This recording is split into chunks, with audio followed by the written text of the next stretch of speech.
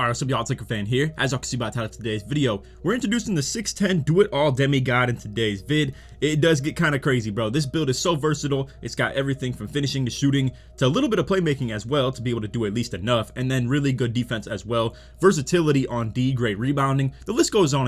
And interestingly enough, this build gets really crazy takeovers for what it has. It doesn't have very much mid-range at all, really very little invested into shooting at all, just in general. It's just three-pointer, and it still is able to get sharp take and playmaker takeover at 6'10", and I will say I envision this stuff to get really glitchy when it's paired with juice as well, where I believe if I ran something like double playmaker takeover and I only have 70 ball handle, I believe this stuff would get some glitchy attribute ratings like 85 plus, 86 plus, and it would get crazy, bro. So anyway, I could even run something like Team Takeover Boost, which in my opinion might actually be good for comp situations, and that's what I like about this build. It fits every different mold. Like, I could bring this in as a stage big, and you can see it has 76 three-pointer, 14 shooting badges, 70 ball handle. It still has elite defense in every category. It's going to get enough interior defense for gold brick wall, just enough rebounding for gold rebound chaser, obviously the 97 block rating. We have just enough steal for gold interceptor as well. 75 perimeter defense is definitely solid too.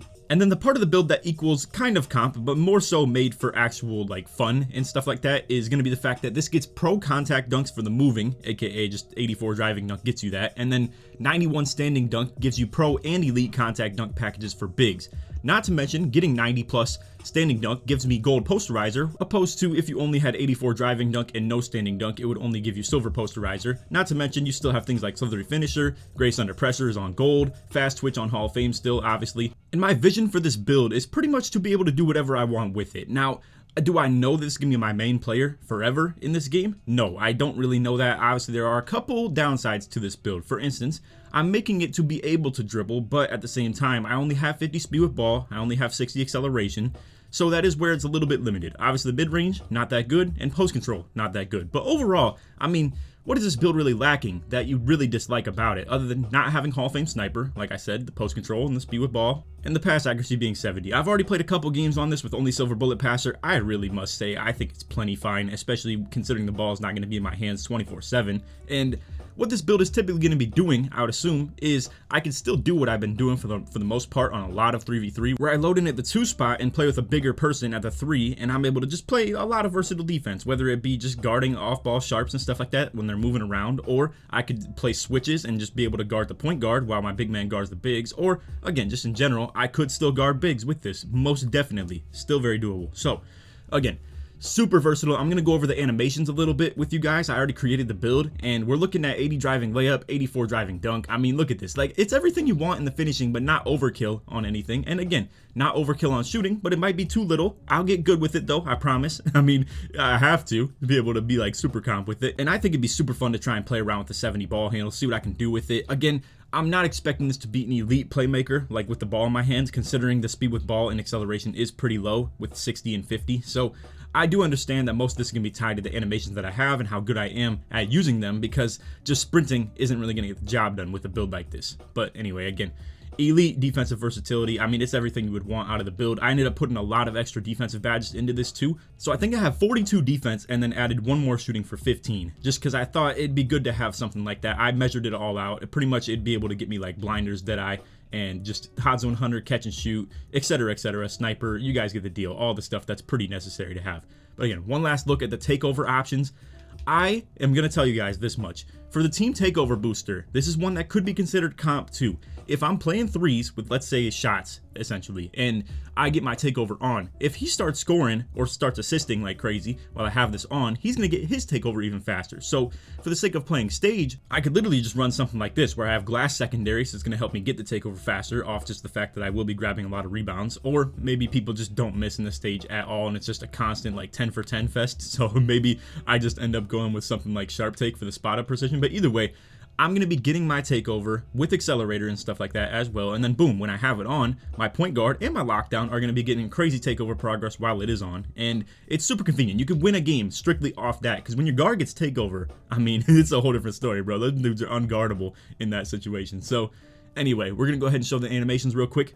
Alright, so here we are in the animations. I'm just gonna let you guys know I'm gonna be using base 3 with this build, which is obviously the fastest release in the game and just the most consistent and just the best in general, right? I mean, I would use something different, but you're very limited when it comes to the bigs with the jump shot, so obviously I'm just gonna take the best one there is.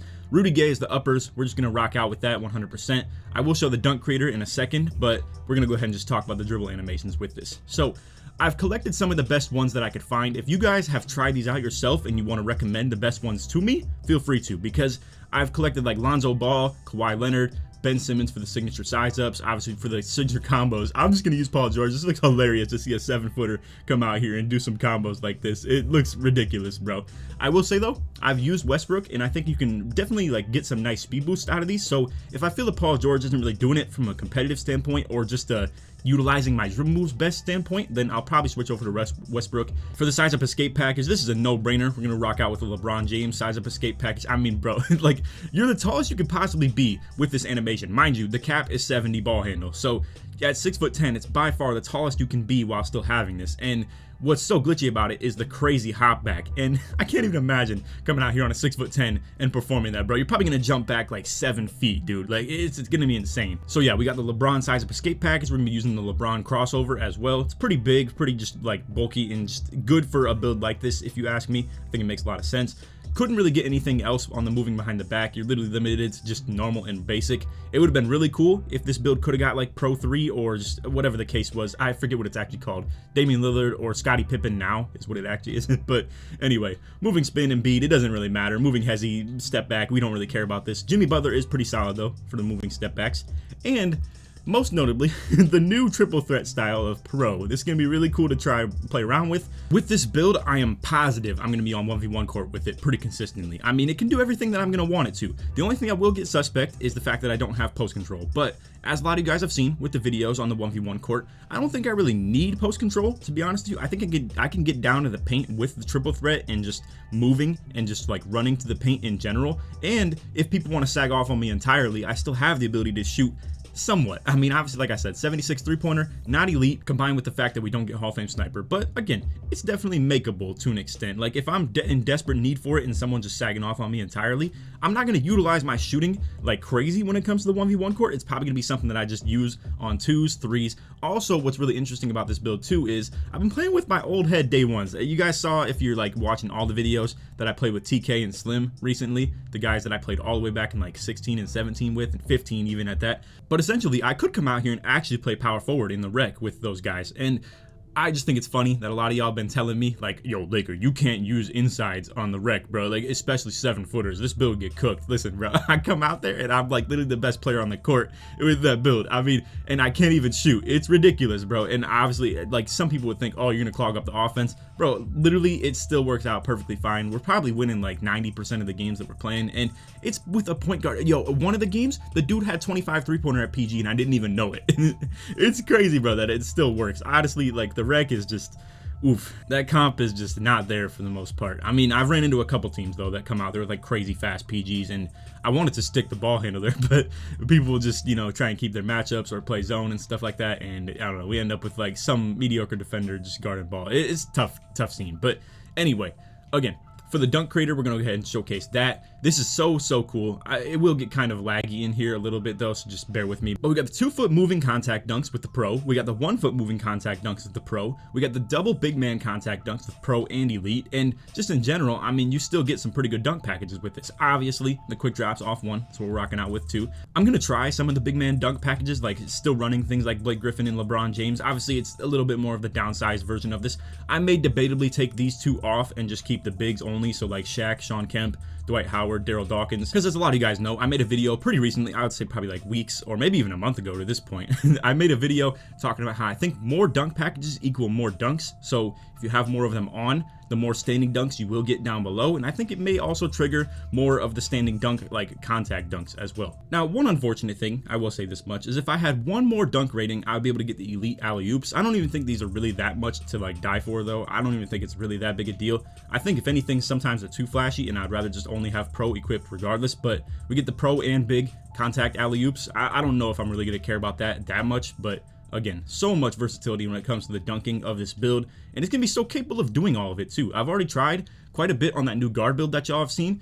with 84 dunk, and it looks pretty doable to be able to contact dunk people. Not to mention, with this build, you could still run things like Mouse in the House. You still have the fact that it has goal posterizer because you have 90 standing dunk, and obviously, again, just all types of things included. It looks pretty fire, but the potential badge count you can see in the bottom right, we have 26, 15, 12, and 42. Looks really well rounded. Overall, what's the total on that? All right, yeah, so it's like 95 badges, and overall, it's just the versatility of it. Obviously, you can make a one-dimensional build that has like 2 or 3 good things about it, and it could probably just get like 110 badge points. But anyway, again, look at the attribute ratings, what we have currently. I decided to just completely skip out on acceleration and strength for now. We are going to be just rocking out with the inside version of this for the early phases of it. I'm going to be probably playing some 1v1 with it, probably just like grinding finishing badges with AK. He's actually making a new guard build too. And then Kitchen is working on a new Pro-Am build at the 2 as well. So we're going to be grinding some new builds out in this part of the season. So it's cool. I mean, obviously, like I said, I don't need to be able to shoot the ball. It's going to be a luxury with this. But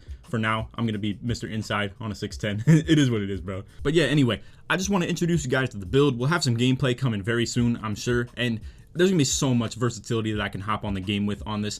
I think this is gonna be my last build ever. I wanted to maybe put it in the title, but I was looking back on it, introducing the 6'10" do it all demigod of NBA 2K22 Next Gen. It just looked too big of a title to add that to the end. So I don't know. I think it might be my last build ever in this game. I've already made like, I think 11 or 12, bro. I've been feeding 2K that money this year, bro. It's a tough scene, but obviously, we just made the guard build. I got like all different types of the 6'9" glitch demigod builds. I got one that's an inside, one that's an outside. We got the 6'7", a 6'6". I mean, the list goes on and on. I got the 7-footer. I got the 7'3". I got a 7'3" shooting big. I got this build now. So I think I have everything that I'd ever want, to be honest with you. I mean, we got all of it, bro. So anyway, that's off video. If you made it to the end, put 6'10" in the comments. So it supports me all the way through. And again, let's try this one to 500 likes. I hope y'all enjoyed. And then that, take it easy, man. Peace.